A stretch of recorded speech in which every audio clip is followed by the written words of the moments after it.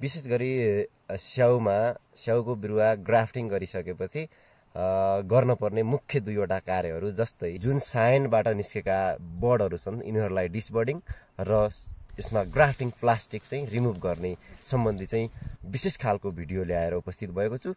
देख्न सक्नुहुन्छ विशेष गरी डिसबर्डिङ चाहिँ यसरी गरिन्छ।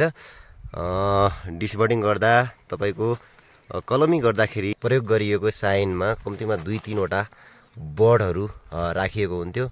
त्यो साइनबाट यसरी 2-3 वटा नै कोपिलाहरू आँक्लाहरू बडहरू पलाएका हुन्छन्। यी बडहरूलाई डिसबर्डिङ गर्ने अथवा हटाउने काम गर्नुपर्छ। प्रत्यक्ष देख्न सक्नुहुन्छ एउटा स्वस्थ चाहिँ तपाईको बडलाई छाडेर बाँकी सबै बडहरू रिमुभ गर्नुपर्ने देखिन्छ अथवा रिमुभ गर्नुपर्ने हुन्छ। यो यसो गर्दा के हुन्छ र यसो नगर्दा चाहिँ के हुन्छ भन्ने सन्दर्भमा यहाँहरूलाई जानकारी दिन चाहन्छु।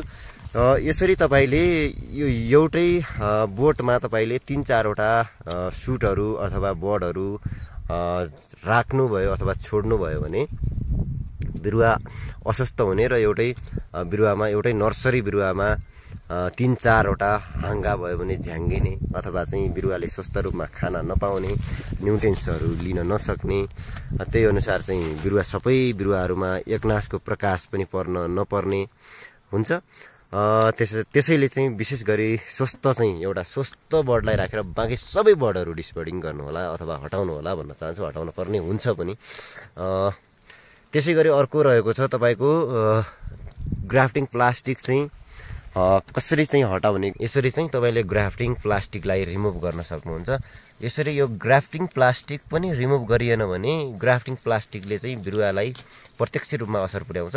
कस्तो असर भने तपाईको यो बिरुवा जब मोटो हुँदै जान्छ, अलिकति ठुलो हुँदै जान्छ, त्यति बेला चाहिँ यो ग्राफ्टिङ प्लास्टिक चाहिँ रिमुभ गरिएन भने यो बिरुवालाई चिरेर अथवा भित्र पसेर बिरुवालाई अस्वस्थ बनाउँछ। यसको क्याम्बियम लेयर बाहिरको बोक्रा सहितलाई असर पुर्याउँछ र बिरुवालाई अस्वस्थ बनाउँछ।